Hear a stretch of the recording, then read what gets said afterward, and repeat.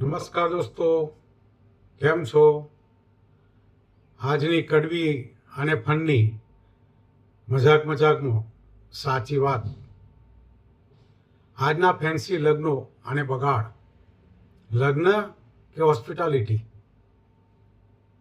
આજકાલ લગ્નની કંકોત્રી આવે એટલે ખુશી ઓછી અને ટેન્શન વધારે થાય છે.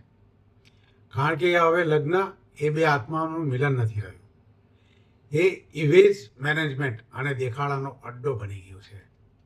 પહેલાં લગ્નમાં માળ, બે શાક અને પૂરી વણાતી તો એ આખું ગામ તૃપ્ત થઈને આશીર્વાદ આપતું.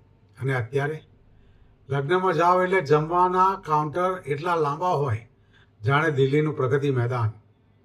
Punjabi, Chinese, Mexican, Italian. અરે ભાઈ, તમે દીકરીના લગ્ન કર્યા છે કે ગ્લોબલ ફૂડ ફેસ્ટિવલ યોજે છે? અને પાછા લોકો પ્લેટમાં બધું જ ભેગું કરશે. ગુલાબજાંબુ ઉપર મંચરિયનનો રસો રેડાતો હોય તો પ્લેટમાં જગ્યા ખાલી રાખીને છેલ્લે પાણીપુરીની લાઈનમાં ઊભા રહેશે. અને આટલો બગાડ કર્યા પછી જ્યારે બહાર નીકળશે ને ત્યારે પાછા મોઢું બગાડીને કોમેન્ટ કરશે, શાકમાં મીઠું ઓછું છે હતું ભાઈ, આઈસ્ક્રીમ પીગળી ગયો હતો. લાખો રૂપિયા વાપરીને આખું ગામ જમાડશે ને તો કોઈ રાજી નહીં થાય. એટલે જ કહું છું, દેખાડા પાછળ દેવું ન કરશો.